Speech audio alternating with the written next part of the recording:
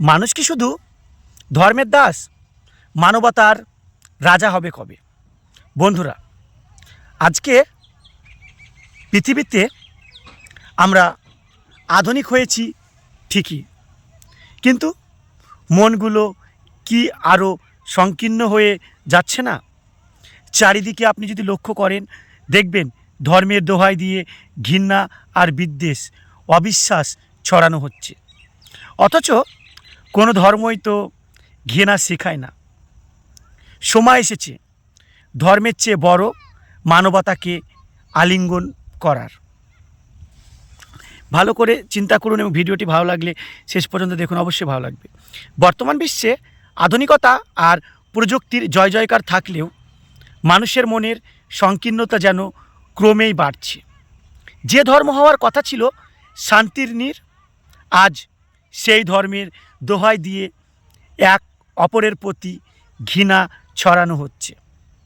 হিন্দু, মুসলিম, শিখ কিংবা খ্রিস্টান পরিচয় ছাপিয়ে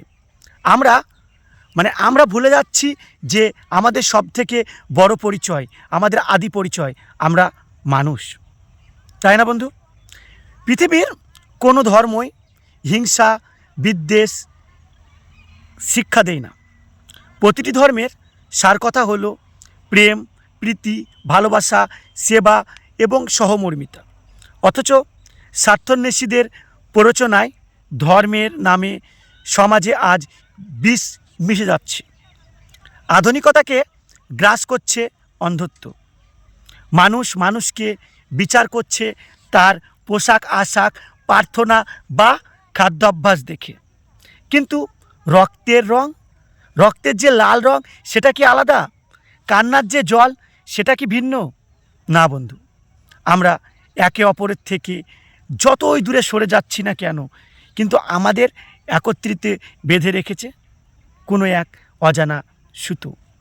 হিন্দু হোক বা মুসলিম, শিখ হোক বা খ্রিস্টান, বিপদে পড়লে সবার শরীর দিয়ে একই রক্ত বের হয়, যে রক্তের রং লাল। সৃষ্টিকর্তা আলাদা রং দিয়ে তো আমাদের পাঠাননি। তবে আমরা কেন বিভেদ করছি এই জগৎ সংসারে? ভালো করে একটু চিন্তা করুন। বর্তমানে ধর্মকে রক্ষার দোহাই দিয়ে উগ্রতা ছড়ানো হচ্ছে, যা আমাদের এই সভ্যতাকে অন্ধকারের ঠেলে দিচ্ছে। যে ধর্ম অন্যকে ঘৃণা শেখায় তা ধর্ম নয়, তা হলো রাজনীতি বন্ধু। সোজা কথাই বলতে হয়, যা ধান্দা বা ব্যবসা। আমরা প্রায়শ ভুলে যাই মানুষ মানুষের জন্য। কবি বলে গেছিলেন, সবার উপরে মানুষ সত্য, তাহার উপরে নাই। কিন্তু আমরা আজকে কি সেই কথা সত্য হচ্ছে? বিপদে একজন মানুষ অন্যের পাশে দাঁড়ালে ধর্ম জিজ্ঞেস করে না।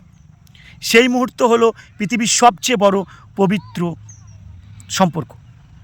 একবার ভেবে দেখুন যে আমরা আমাদের সন্তানদের কী শেখাচ্ছি, ঘৃণা নাকি ভালোবাসা?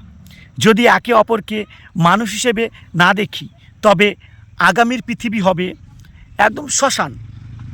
কারণ মানুষকে তুমি মানুষ হিসেবে দেখবে না, তাহলে পশু আর মানুষের মধ্যে কোনো ভেদাভেদ করতে পারবে না।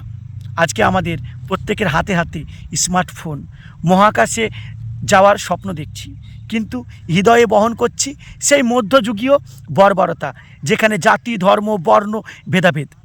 প্রকৃত আধুনিকতা কিন্তু উন্নত প্রযুক্তি নয়, উন্নত মানসিকতা, যেখানে মন্দিরের ঘণ্টা আর মসজিদের আজান সম্প্রীতির সুর বহন করে চলবে। মানবতাই হোক পরম আদর্শ।